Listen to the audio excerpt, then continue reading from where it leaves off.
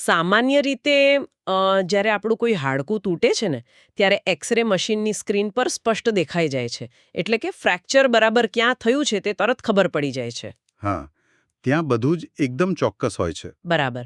પરંતુ જરા વિચારીએ, જ્યારે કોઈ મોટી કોર્પોરેટ કંપની અબજો રૂપિયાનો ફ્રોડ કરે અથવા તો સોશિયલ મીડિયા પર સાયબર બુલિંગ થાય અને તેના લીધે હજારો યુવાનો ડિપ્રેશનમાં ધકેલાઈ જાય. હમ. અથવા તો આજે જે ગ્લોબલ વોર્મિંગની આખી કટોકટી સર્જાય છે તે જુઓ. એક્ઝેક્ટલી. તો ત્યારે આ સામાજિક અને માનસિક બીમારીઓનું નિદાન કરવા માટે આપણે કયું મશીન વાપરીશું? મતલબ બહારથી બધું જ સામાન્ય દેખાતું હોય પણ અંદરથી આખો ઢાંચો ખોખલો થઈ રહ્યો હોય એ માપવાનું કોઈ મીટર જ નથી આપણી પાસે. આજના સમયની આજ તો સૌથી મોટી વિડંબણા છે. આપણે ટેકનોલોજીમાં ભલે ગમે તેટલા આગળ વધી ગયા હોઈએ પણ માનવીય વર્તનની આટલી જટિલ સમસ્યાઓનું મૂળ કોઈ લેબોરેટરીમાં શોધી શકાતું નથી. સાચી વાત છે. કારણ કે આ તમામ વૈશ્વિક કે સામાજિક કટોકટીઓનું મૂળ બહાર નથી પરંતુ માનવ મનની અંદર છે. તેના પેલા અદૃશ્ય મનોવૈજ્ઞાનિક પ્રવાહોમાં છુપાયેલું છે. અને તેથી જ આજની આપણી આ ઊંડાણપૂર્વકની ચર્ચાનો વિષય અત્યંત રસપ્રદ બની જાય છે. આજે આપણે જૈન દર્શનના એક અત્યંત પ્રાચીન સિદ્ધાંત પર આધારિત એક વિસ્તૃત દસ્તાવેજનું વિશ્લેષણ કરી રહ્યા છીએ, જેમાં 18 પાપસ્થાનક અને 18 દોષ વિશે વાત કરવામાં આવી છે. પણ અહીં એક વાત સ્પષ્ટ કરવી બહુ જરૂરી છે. હા, હું એ જ કહેવાની હતી કે આ કોઈ ધાર્મિક વ્યાખ્યાન નથી. આપણું લક્ષ્ય એ સમજવાનું છે કે હજારો વર્ષ જૂનું આ મનોવૈજ્ઞાનિક ફ્રેમવર્ક આજના આધુનિક અને ડિજિટલ યુગ માટે કઈ રીતે એક અદ્ભુત એક્સરે મશીન સાબિત થઈ શકે છે. બિલકુલ.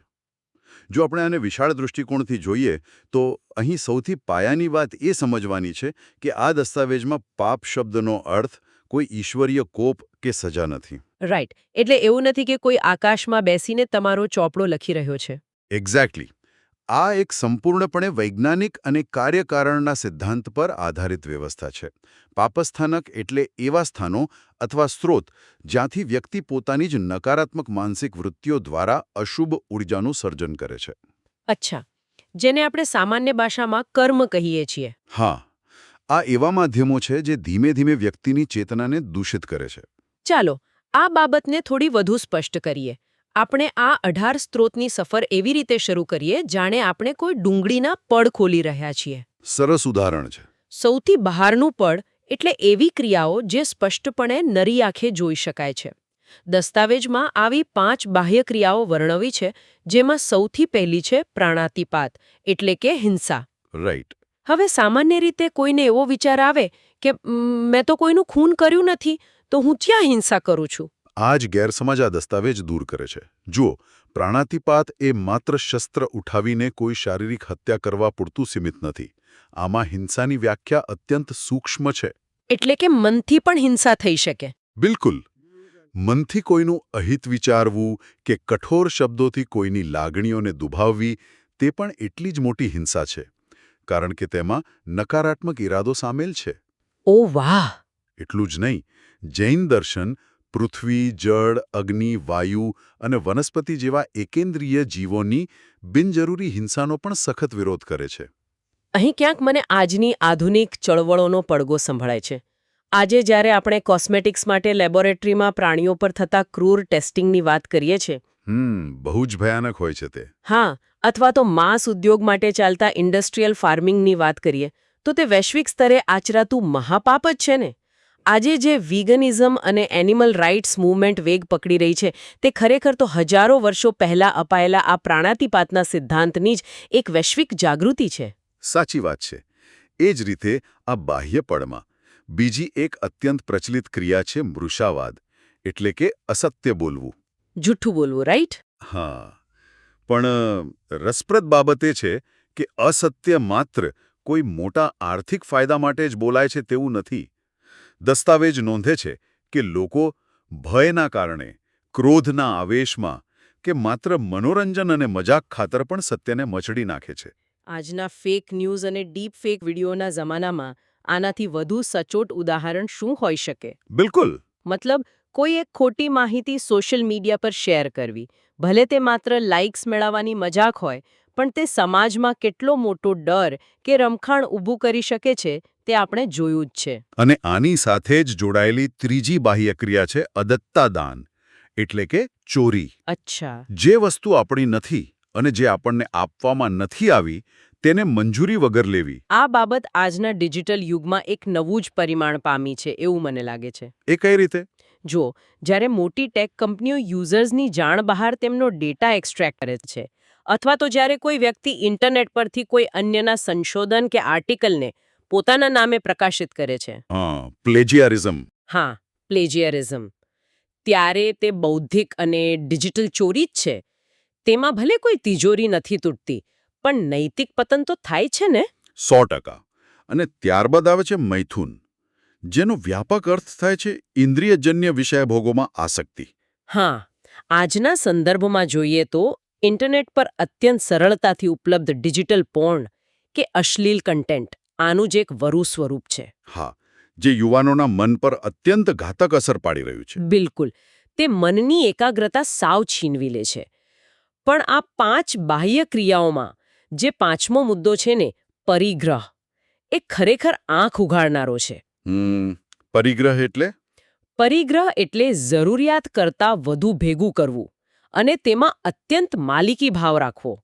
આ માત્ર ભૌતિક વસ્તુઓના ઢગલા કરવા વિશે નથી. તો એ માનસિક પણ હોઈ શકે. હા, પરિગ્રહ એ માનસિક અવસ્થા છે જ્યાં વ્યક્તિને એવો ભ્રમ થઈ જાય છે કે આ બધી વસ્તુઓ વિના મારું અસ્તિત્વ જ નથી. અહીં એક બહુ જ રસપ્રદ બાબત સામે આવે છે. મારે એક બહુ જ પ્રાયોગિક એનાલોજી આપવી છે પરિગ્રહને સમજવા માટે. જરા આપણા સ્માર્ટફોન વિશે વિચારીએ. ઓકે. લોકો પોતાના ફોનમાં હજારો બિનજરૂરી ફોટાઓ, મીમ્સ અને પેલા વોટ્સએપના ગુડ મોર્નિંગ મેસેજીસ વર્ષો સુધી સેવ કરીને રાખે છે. હા, એ તો બહુ મોટો પ્રોબ્લેમ છે. રાઈટ. તેમાંથી 90% ક્યારે ફરીથી જોવાના પણ નથી હોતા. પરિણામ શું આવે છે? ફોનની મેમરી ફૂલ થઈ જાય. એક્ઝેક્ટલી. ફોનની મેમરી એટલી ફૂલ થઈ જાય છે કે જ્યારે ખરેખર કોઈ નવી અને સુંદર ક્ષણ કેપ્ચર કરવાની હોય ત્યારે સ્ક્રીન પર સ્ટોરેજ ફૂલનો મેસેજ આવી જાય છે. બહુ જ સચોટ ઉદાહરણ છે આ. આધુનિક ઉપભોક્તાવાદ કે કન્ઝ્યુમરિઝમ બરાબર આવું જ છે. આપણે આપણા ઘરમાં અને મનમાં એટલો બધો ભૌતિક કચરો ભરી લઈએ છે કે વર્તમાનની શાંતિ માણવા માટે કોઈ સ્પેસ જ નથી બચતી. સ્માર્ટફોન મેમરીનું આ ઉદાહરણ ખરેખર વિચારવા મજબૂર કરે છે. જો ધ્યાન આપ્યું હોય તો આ પાંચે હિંસા, અસત્ય, ચોરી, વાસના અને સંગ્રહવૃત્તિ આ બધું બાહ્ય વર્તન છે. પરંતુ આ દસ્તાવેજ અહીંથી એક ડગલું ઊંડાણમાં જાય છે. કોઈ માણસ સવારે ઉઠીને એવું તો નથી વિચારતો ને કે મારે મારું જીવન બગાડવું છે, તો પછી તે આ બાહ્ય ક્રિયાઓ કરવા કેમ પ્રેરાય છે? બરાબર.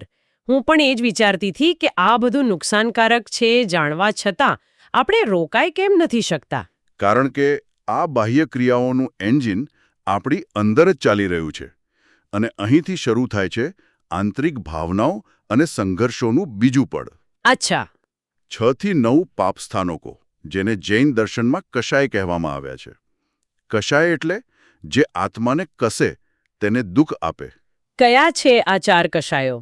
આ 4 કશાયો છે ક્રોધ, માન, માયા અને લોભ. ઓકે. ક્રોધ એટલે કે ગુસ્સા વિશે તો આપણે સૌ જાણીએ છીએ કે તે વિવેક બુદ્ધિને ખાઈ જાય છે. બિલકુલ. પરંતુ માન એટલે કે અહંકાર, મેં દસ્તાવેજમાં વાંચ્યું કે તે કેટલો ખતરનાક બની શકે છે. આજના સમયમાં ઘરેલું હિંસા કે પારિવારિક છૂટાછેડાના મૂળમાં જઈએ ને તો મોટા ભાગે આ માન જ જવાબદાર દેખાય છે. સાચી વાત છે. પતિ પત્ની વચ્ચેના નાના મતભેદો પણ જ્યારે હું શા માટે ઝૂકું એવા અહંકારનું રૂપ લઈ લે છે ત્યારે આખો પરિવાર વેરવિખેર થઈ જાય છે. અને આ અહંકાર જ્યારે પોતાનું રક્ષણ કરવા માટે છેતરપિંડીનો સહારો લે ત્યારે તે 8મું સ્થાનક માયા એટલે કે કપટ બની જાય છે. અચ્છા. એટલે માયા એટલે કપટ કરવું. હા, મનમાં કંઈક અલગ હોય અને બહાર કંઈક અલગ દેખાડવાનો પ્રયાસ. અને આ બધા પાછળનું સૌથી મોટું ચાલક બળ છે 9મું સ્થાનક, લોભ. લોભને તમામ પાપોનું મૂળ કહેવામાં આવ્યું છે. આ એક એવી લાલસા છે જેની કોઈ સીમા નથી હોતી. વધુ સત્તા, વધુ પૈસા મેળવવાની આ અતૃપ્ત ઈચ્છા જ માણસને હિંસા કે ચોરી કરવા મજબૂર કરે છે. એક મિનિટ. અહીં એક બહુ રસપ્રદ કડી સમજાય છે. 10મું અને 11મું સ્થાનક છે રાગ અને દ્વેષ. પણ શું રાગ એટલે કે લગાવ હંમેશા ખરાબ હોય છે? એ એક બહુ જ ઊંડો પ્રશ્ન છે. મતલબ પોતાના પરિવાર કે બાળકો પ્રત્યે પ્રેમ હોવો એ કઈ રીતે નકારાત્મક હોઈ શકે? શું આ સિદ્ધાંત આપણને લાગણીહીન બનવાનું કહે છે? ના, આ બહુ જ વ્યાજબી સવાલ છે અને આનો ભેદ સમજવો અત્યંત જરૂરી છે. જુઓ, દસ્તાવેજ પ્રેમ કે કરુણાનો વિરોધ નથી ધરતો, પરંતુ જ્યારે એ પ્રેમ એક આંધળા પક્ષપાત અને માલિકી ભાવમાં ફેરવાઈ જાય ને, ત્યારે તે નુકસાનકારક બને છે. એટલે કે મારું જ સારું છે એવું? એક્ઝેક્ટલી. જ્યારે આપણે એમ કહીએ કે મારું છે જ શ્રેષ્ઠ છે અને બાકી બધાનું નકામું છે, ત્યારે તે રાગ બની જાય છે. અને આ જ અતાર્કિક લગાવ જ્યારે વિરોધી પરિસ્થિતિઓનો સામનો કરે છે ને, ત્યારે તરત જ દ્વેષ એટલે કે નફરતમાં પલટાઈ જાય છે. ઓહ, એટલે જ કદાચ પેઢીઓ સુધી ચાલતા પેલા પારિવારિક જમીન મિલકતના ઝઘડાઓ એટલા ભયંકર હોય છે. હા, બિલકુલ એ જ કારણ છે. એક જ પરિવારના સભ્યો ભૌતિક વસ્તુઓના રાગમાં અંધ બનીને એકબીજાના લોહીના તરસ્યા થઈ જાય છે, જે શુદ્ધ દ્વેષ છે. સાચી વાત. અને હવે અહીંથી મારે સૌથી આધુનિક સમસ્યા તરફ વળવું છે. જ્યારે આ વ્યક્તિગત અહંકાર અને દ્વેષ જાહેરમાં પ્રદર્શિત થાય છે, ત્યારે તે સામાજિક પતન લાવે છે. દસ્તાવેજ 12માંથી 14માં પાપ સ્થાનકોનું વર્ણન કરે છે. કલહ એટલે કે ઝઘડો, અભ્યાખ્યાન એટલે ખોટો આરોપ મૂકવો અને પૈશુન્ય એટલે પીઠ પાછળ નિંદા કરવી. આ ત્રણેય બાબતો માનવ ઇતિહાસમાં હંમેશા રહી છે, પરંતુ સોશિયલ મીડિયાએ તેમને એક અત્યંત શક્તિશાળી લાઉડસ્પીકર આપી દીધું છે. 100%. આજના સાયબર બુલિંગ અને કેન્સલ કલ્ચરને જુઓ. કોઈ અનામી કીબોર્ડની પાછળ બેસીને કોઈ નિર્દોષ વ્યક્તિ પર જુઠ્ઠા આરોપો લગાવવા, જે અભ્યાખ્યાન છે. રાઈટ. તેની ટ્વિટર કે ઇન્સ્ટાગ્રામ પર ક્રૂર મજાક ઉડાવવી અને અફવાઓ ફેલાવવી, જે પૈશુન્ય છે. આ બધું જ આ પ્રાચીન પાપ સ્થાનકોનું આધુનિક ડિજિટલ વર્ઝન છે. આ જ કારણ છે કે આજે યુવાનોમાં સામાજિક એકલતા અને એન્ઝાઇટીનું પ્રમાણ ભયજનક હદે વધી ગયું છે. એટલું જ નહીં, આ માનસિક વિકૃતિ ધીમે ધીમે એક આદત બની જાય છે. 15મું સ્થાનક છે રતિ અને અરતિ. એ શું છે? રતિ એટલે પાપના, નુકસાનકારક કે વિષય વિકારના કાર્યોમાં આનંદ અનુભવવો, અને અરતિ એટલે સારા, રચનાત્મક કે જ્ઞાનના કાર્યોમાં કંટાળો આવવો. ઓહ વાહ! Here is where it gates really interesting. આ તો આજના એલ્ગોરિધમ ડ્રિવન સમયની સૌથી મોટી કટોકટી છે, જેને આપણે ડૂમ સ્ક્રોલિંગ કહીએ છીએ. બિલકુલ સાચી વાત. યુવાનો કલાકો સુધી નકામી શોર્ટ રીલ્સ જોવામાં કે હિંસક વિડીયો ગેમ્સ રમવામાં રચ્યાપચ્યા રહે છે. આ રતિ છે. તેમને તેમાં અદ્ભુત મજા આવે છે. પરંતુ જો તેમને કોઈ સારું પુસ્તક વાંચવાનું કે કોઈ કૌશલ્ય શીખવાનું કહેવામાં આવે, તો તેમને તરત જ અરતિ એટલે કે કંટાળો અને બેચેની થવા લાગે છે. આનાથી આગળ વધીએ તો 16મું અને 17મું સ્થાનક કોર્પોરેટ જગતની વરવી વાસ્તવિકતા છતી કરે છે. પરપરિવાદ એટલે કે અન્યની સતત ટીકા કરવી, અને માયામૃષાવાદ એટલે અત્યંત ષડયંત્રપૂર્વકનું જૂઠું બોલવું. અચ્છા. જ્યારે કંપનીઓ પોતાના ફાયદા માટે આયોજનબદ્ધ રીતે પ્રજાને છેતરે છે, ત્યારે તે માયામૃષાવાદનું આચરણ કરે છે. રાઈટ. અને અંતે આવે છે 18મું અને સૌથી ખતરનાક પાપસ્થાનક, મિથ્યાત્વ શલ્ય. શલ્ય એટલે કાંટો. આ એવો કાંટો છે જે વ્યક્તિને સત્ય જોતા જ રોકે છે. મતલબ મિથ્યાત્વ એટલે કોઈ ખોટી માન્યતાને એટલી હદે પકડી રાખવી કે સત્ય સામે ઊભું હોય તો પણ તેને સ્વીકારવાનો ઇનકાર કરી દેવો. હા, એક્ઝેક્ટલી એ જ. આજના સમયના પેલા ઇકો ચેમ્બર્સ આનું ઉત્તમ ઉદાહરણ છે. લોકો ઇન્ટરનેટ પર માત્ર એવા જ વિચારો વાંચે છે જે તેમના પોતાના પૂર્વગ્રહોને પોષતા હોય. સાચી વાત છે. મારો જ વિચાર સત્ય છે અને બાકી બધું ખોટું. આ કટ્ટરવાદી માન્યતા જ મિથ્યાત્વ છે, જે અંતે ધાર્મિક કે વૈચારિક રમખાણોને જન્મ આપે છે. અને આ 18 સ્થાનોની ચર્ચા કર્યા પછી આ દસ્તાવેજનો સૌથી ગહન ભાગ આવે છે. આપણે બાહ્ય ક્રિયાઓ જોઈ, આંતરિક કશાયો જોયા અને સામાજિક વર્તન પણ જોયું. હા. પણ આ બધાની આપણી ચેતના પર, આપણા આત્મા પર ખરેખર શું અસર થાય છે? આ 18 પ્રક્રિયાઓમાંથી પસાર થયા પછી માનવ મનની અંદર જે ડાઘ પડે છે, જે ક્ષતિઓ નિર્માણ થાય છે, તેને જૈન દર્શન 18 દોષ કહે છે. ઓકે. આ દોષો 4 પ્રકારના ઘાતી કર્મોમાંથી ઉદ્ભવે છે. ઘાતી કર્મ એટલે એવા આવરણો જે આત્માના મૂળ ગુણોનો નાશ કરે છે. તો આ બધાનો ખરેખર અર્થ શું થાય છે? જ્યારે આપણે આ 18 પાપસ્થાનકોનું સેવન કરીએ છીએ, ત્યારે આપણી આંતરિક ચેતના પર કેવી અસર થાય છે? મતલબ આ 4 ઘાતી કર્મો કઈ રીતે નુકસાન કરે છે? ચલો આને એકદમ સરળ રીતે સમજીએ. સૌથી પહેલું છે જ્ઞાનાવરણીય કર્મ. તમે તેને એવી ધૂળ સમજો જે તમારી બુદ્ધિના અરીસા પર જામી ગઈ છે. આનાથી ઉદ્ભવતો પહેલો દોષ છે અજ્ઞાન. એટલે કે ઇગ્નોરન્સ. હા, વ્યક્તિ પાસે ડેટા કે માહિતી ભલે ગમે તેટલી હોય, પરંતુ સાચા ખોટાનો વિવેક કરવાની તેની ક્ષમતા હણાઈ જાય છે. ઓકે. બીજું છે દર્શનાવરણીય કર્મ, જેમાંથી બીજો દોષ એટલે કે નિદ્રા ઉદ્ભવે છે. એક મિનિટ.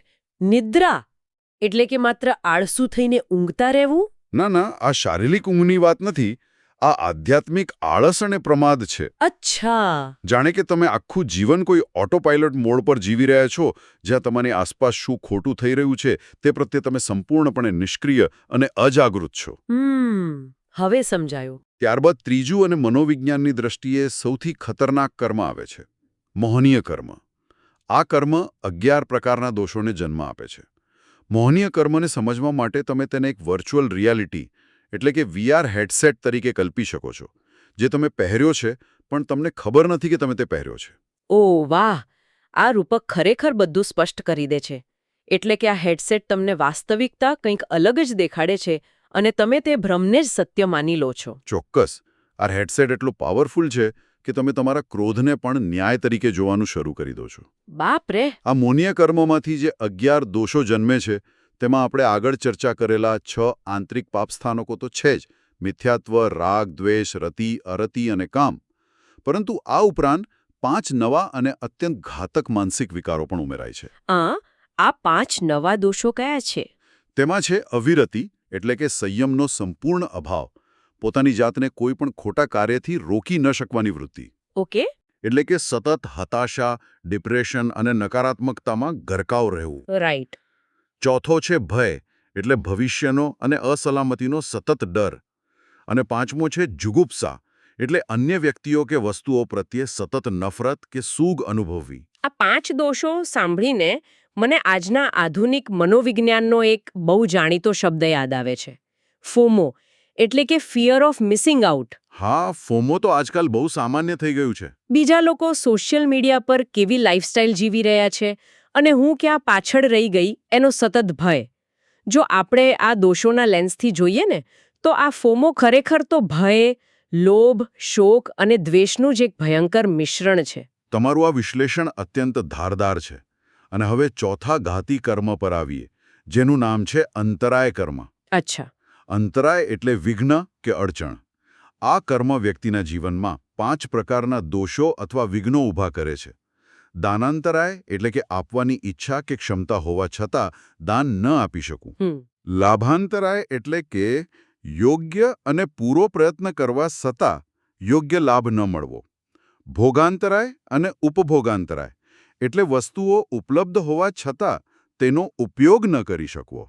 અને વીર્યાંતરાય એટલે કે આત્મબળ કે ઈચ્છાશક્તિનો સંપૂર્ણ અભાવ.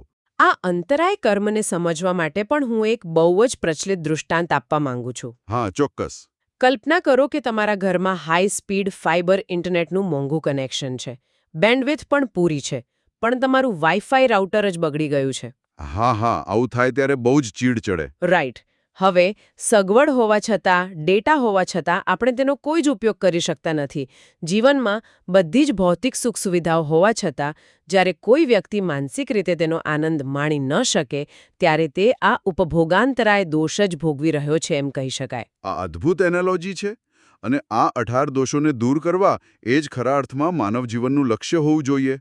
જૈન દર્શનમાં જેણે આ 18 દોષો પર સંપૂર્ણ વિજય મેળવી લીધો છે, તેમને અરિહંત કહેવામાં આવ્યા છે. અરિહંત એટલે? કરનાર. અને આ શત્રુઓ સરહદ પર ઊભેલા સૈનિકો નથી, પણ આપણી અંદર જ રહેલા આ 18 માનસિક વિકારો છે. અત્યાર સુધી આપણે આ સિદ્ધાંતોની વ્યક્તિગત અને સામાજિક સ્તરે વાત કરી. પણ જો આપણે આને મેક્રો લેવલ એટલે કે વૈશ્વિક સ્તરે જોઈએ, તો આ જ પાપાસ્થાનકો આજે આપણી સામે દુનિયાના સૌથી મોટા પડકારો બનીને ઊભા છે ને? બિલકુલ. આપણે અગાઉ વાત કરી તેમ યુવા વર્ગમાં માનસિક સ્વાસ્થ્યની કટોકટી એ મોહનીય કર્મના જ દોષોનું પરિણામ છે ને? પણ જો કોર્પોરેટ એથિક્સની વાત કરીએ તો આજે એક નવો ટ્રેન્ડ જોવા મળે છે, જેને ક્લાઇમેટ વોશિંગ કહેવાય છે. હા, આ એક બહુ જ ગંભીર મુદ્દો છે. મોટી ઔદ્યોગિક કંપનીઓ જે ખરેખર પોતાના ઉત્પાદનોથી પર્યાવરણને સૌથી વધુ નુકસાન પહોંચાડતી હોય છે, તે જ કંપનીઓ કરોડો રૂપિયા ખર્ચીને એવા PR કેમ્પેન ચલાવે છે કે તેઓ અત્યંત ઇકો ફ્રેન્ડલી છે. બરાબર. અને તે જ રીતે કંપનીઓ દ્વારા કરવામાં આવતી મોટા પાયા પરની ટેક્સ ચોરી, જે સામાન્ય નાગરિકોના હકનું હનન કરે છે, તે એક સંસ્થાકીય અદ્ધત્તા દાન એટલે કે ચોરી જ છે. અને સૌથી મોટી વૈશ્વિક કટોકટી ગ્લોબલ વોર્મિંગ અને ક્લાઇમેટ ચેન્જ. જ્યારે આપણે આખા જંગલો કાપી નાખીએ છીએ, નદીઓને ઝેરી બનાવી દઈએ છીએ, ત્યારે આપણે માત્ર વિકાસ નથી કરતા. આપણે પરિગ્રહની એટલે કે અતિ ઉપભોક્તાવાદની લાલસામાં પ્રાણાતિપાતનું મહાપાપ કરી રહ્યા છીએ. એક કેન્દ્રીય જીવોની વ્યાપક હિંસા કરી રહ્યા છીએ. એ જ રીતે આજે રાષ્ટ્રો વચ્ચે જે યુદ્ધો ચાલી રહ્યા છે, તેનું મૂળ કારણ શું છે? તે ક્યાંક ને ક્યાંક અનેકાંતવાદના અભાવનું પરિણામ છે. બિલકુલ સાચી વાત છે. અનેકાંતવાદ એટલે સત્યના અનેક પાસા હોઈ શકે છે, તે સ્વીકારવાની ઉદારતા. રાઈટ. જ્યારે રાષ્ટ્રો કે સમુદાયો વચ્ચે પોતાના જ વિચારો શ્રેષ્ઠ છે તેવું મિથ્યાત્વ હાવી થઈ જાય છે અને બીજાને સહિષ્ણુતાથી સાંભળવાની વૃત્તિ નષ્ટ થઈ જાય છે, ત્યારે જ યુદ્ધના રણસિંગા ફૂંકાય છે. તો આટલા બધા પડકારો અને માનવ મનની આટલી ઊંડી ખામીઓ વિશે વાત કર્યા પછી એક સ્વાભાવિક પ્રશ્ન ઊભો થાય છે. So what does this all mean? શું આપણે નિરાશ થઈને બેસી જવાનું છે કે પછી આ હજારો વર્ષ જૂનો દસ્તાવેજ કોઈ ઉકેલ પણ આપે છે? ના ના, જૈન દર્શન ક્યારેય માત્ર સમસ્યાઓ ગણાવીને નિરાશા નથી ફેલાવતું. તે અત્યંત વ્યવહારિક ઉકેલો પણ પૂરા પાડે છે. કયા ઉકેલો? જો વ્યક્તિગત સ્તરે વાત કરીએ તો આપણા અહંકાર અને ક્રોધને કાબૂમાં લેવા માટે સૌથી શક્તિશાળી ઔષધિ છે મિચ્છામી દુક્કડમ, એટલે કે હૃદયપૂર્વકની ક્ષમાપના. અચ્છા, માફી માંગવી. હા, પોતાની ભૂલોનો ખુલ્લા મને સ્વીકાર કરવો અને માફી માંગવી, તે અહંકારને ઓગાળી નાખે છે. આ ઉપરાંત આજના ડિજિટલ સ્ટ્રેસ, રતિ, અરતિ અને મોહનીય કર્મના આક્રમણથી બચવા માટે સામાયિક કે ધ્યાન અત્યંત જરૂરી છે. રોજિંદા જીવનના ઘોંઘાટમાંથી થોડો સમય કાઢીને પોતાની અંદર ડોક્યું કરવું, તે ચેતનાને શુદ્ધ કરે છે. અને વૈશ્વિક સ્તરે પર્યાવરણ અને ક્લાઇમેટ ચેન્જની કટોકટીમાંથી ઉગરવા માટે આપણે ઈચ્છા પરિમાણનો સિદ્ધાંત અપનાવવો જ પડશે. આપણી જરૂરિયાતોને સીમિત કરવી પડશે. સાચી વાત. કારણ કે પરિગ્રહ પર અંકુશ મૂક્યા વિના સસ્ટેનેબલ ડેવલપમેન્ટ એટલે કે ટકાઉ વિકાસ માત્ર કાગળ પરની વાતો જ બની રહેશે. બિલકુલ. જો આપણે આંતરિક કશાયોને કાબૂમાં નહીં લઈએ તો ભલે આપણે ગમે તેટલા કાયદાઓ બનાવીએ, બાહ્ય વિશ્વમાં ક્યારેય શાંતિ નહીં સ્થપાય. આ દસ્તાવેજ આપણને આંગળી ચીંધીને આપણા પોતાના મનના અંધારા ખૂણાઓ બતાવે છે. આજે આપણે માનવ મનના ઊંડાણો, તેના આંતરિક સંઘર્ષો અને તેની વૈશ્વિક અસરો વિશે ખરેખર એક અદ્ભુત સફર ખેડી છે. આ 18 પાપસ્થાનકો અને 18 દોષો એ કોઈ જૂની કિતાબના શબ્દો નથી, પરંતુ આધુનિક માનવજાત માટે એક જીવંત એક્સ-રે મશીન છે. ચોક્કસપણે. પણ જતા જતા આખી ચર્ચાનો સાર કાઢ્યા પછી મારે એક બહુ જ ઉશ્કેરણીજનક વિચાર અહીં મૂકવો છે. આજના સમયમાં મોટાભાગના સોશિયલ મીડિયા એલ્ગોરિધમ્સ આપણો મોહનીય કર્મ એટલે કે વળગાડ અને લોભ એટલે કે વધુ લાઇક્સ મેળવવાની વૃત્તિ વધારવા માટે જ ડિઝાઇન કરવામાં આવ્યા છે, બરાબર ને? તેમાં કોઈ શંકા નથી. ટેકનોલોજી કંપનીઓનો આખો બિઝનેસ મોડલ આપણી આ જ મનોવૈજ્ઞાનિક નબળાઈઓ અને કશાયો પર નભે છે. તો સવાલ એ થાય છે કે જો આજના આર્ટિફિશિયલ ઇન્ટેલિજન્સ મોડલ્સ આપણા જ ઇન્ટરનેટ ડેટા અને વર્તન પરથી શીખી રહ્યા છે, તો શું આપણે અજાણતા જ આવનારી પેઢીની શક્તિશાળી એઆઈને આપણા જ પાપસ્થાનકો, કશાયો અને મિથ્યાત્વની ટ્રેનિંગ તો નથી આપી રહ્યા ને? ઓહ, આ તો બહુ જ ઊંડો વિચાર છે. જો એઆઈ માનવ મનનું જ પ્રતિબિંબ બનવાનું હોય તો શું ભવિષ્યની ટેકનોલોજી આપણા ક્રોધ, અહંકાર અને પરિગ્રહનું સૌથી ભયાનક અને ડિજિટલ મિરર બનીને સામે આવશે?